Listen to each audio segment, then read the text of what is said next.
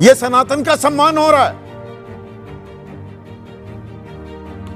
संदीप जी, सबसे पहले आपको बधाई कि आपने एक नेता से अभिनेता बने हुए जो स्वांग रचता हो उसके सनातन के विरोध, सनातन धर्म के, सनातन परंपरा के मूल्यों को उपहास करने में जो पारंगत है, उनको अभी आपने सुनवाया देश को और दर्शकों को, जिसकी पहचान ही इसलिए हुआ है कि वो माफिया, भूमाफिया, तमाम अपराध इसकी जिनके जड़ में और जिनके नाम से जुड़ा हुआ है जंगल राज के पर्याय, ऐसे सांसद को मंदिर की चिंता होना स्वाभाविक है। मुझे भी लगता है कि उनको चिंता होगी। मुझे आपकी बातों से बोध ये आ रहा है कि प्रत्यक्ष तौर पर तो आप नहीं कह रहे हैं, परोक्ष रूप से आप ये कह रहे हैं इन पर तो ये हमला जायज है, ठीक हुआ ये जानलेवा हमला।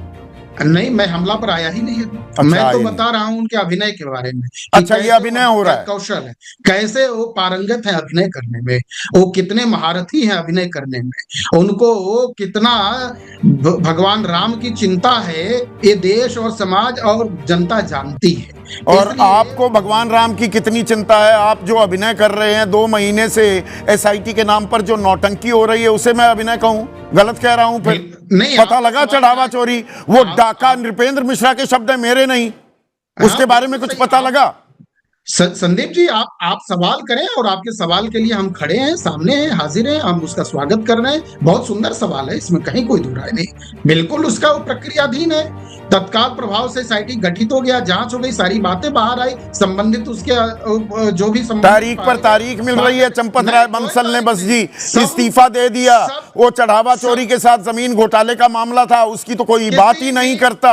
अब सनातन के अपमान पर आ जाइए। चढ़ावा चोरी सनातन का अपमान है या नहीं, मैं सिर्फ ये जानना चाहता हूं। देखिए, किसी भी प्रकार से मंदिर में या भगवा ध्वज या किसी भी भारतीय संत परंपरा का किसी भी रूप में कुछ भी चोरी हो, अपमान हो, वो निंदनीय है। वो तो ये विश्व हिंदू परिषद, बजरंग दल के कार्यकर्ता, ये तथाकथित संत, ये तब तो बाहर नहीं निकले कि ये चढ़ावा चोरी कैसे हो गया। ये चढ़ावा चोरी जितनी चिंता अन्य को है उतनी चिंता नहीं, ये सड़कों पर तो नहीं निकले इस तरह से। भोपाल, दिल्ली, लखनऊ, अयोध्या, सब जगह प्रदर्शन तो नहीं किया साधु संत समाज ने। देखिए संदीप जी, उसके लिए तत्काल एसआईटी गठित हुई थी। तत्काल नहीं हुई ना, थोड़ी टाइमलाइन आप गड़बड़ा रहे हैं। 5 जून को, और मेरा दावा नहीं है, विश्व हिंदू परिषद के अंतर्राष्ट्रीय अध्यक्ष आलोक कुमार का मेरे ही कार्यक्रम में उन्होंने साफ किया, 5 जून को 80 लाख रुपए की बरामदगी हो गई थी। उसकी एफआईआर दर्ज हुई 25 जून को, 20 दिन बाद। यहाँ 20 घंटे में एफआईआर हो गई। सुनिए संदीप जी, जरा सा एक गंभीर विषय है, सुन लीजिए। ये देश के एक सांसद है, लोकतंत्र के सामने खड़े होकर, ये जनप्रतिनिधि हैं, चुने गए हैं, और इनका ये उपहास कर रहे हैं। और जो पकड़ा गया है, जो 80 लाख, चढ़ावा चोरी उपहास नहीं था। सुन लीजिए, अरे आप सुनेंगे तो बताऊंगा मैं। जो उससे जुड़ा हुआ उस मंदिर के पूजन व्यवस्था या परिसर या रक्षा सुरक्षा, जिस व्यवस्था में व्यक्ति लगा होगा, जो कर्मचारी है, आपने करोड़ों लोगों की, करोड़ों राम भक्तों की आस्था का उपहास नहीं किया, चढ़ावा चोरी होने दिया। देखिए, चढ़ावा चोरी तो निश्चित तौर पर यदि चोरी हुई है, यदि चोरी हुई है, अच्छा, वो 80 लाख किसी और के मिल गए, वो चढ़ावा चोरी तो था ही नहीं। बता रहा हूं, यदि आपने लगा दिया, नहीं, आप बड़े परिपक्व प्रवक्ता हैं, मैं इसीलिए आपके शब्दों पर बड़ा गौर करता हूं। संदीप जी सुन लीजिए, दोनों में अंतर है, दोनों केस के नेचर को समझिए, दोनों बात को समझिए।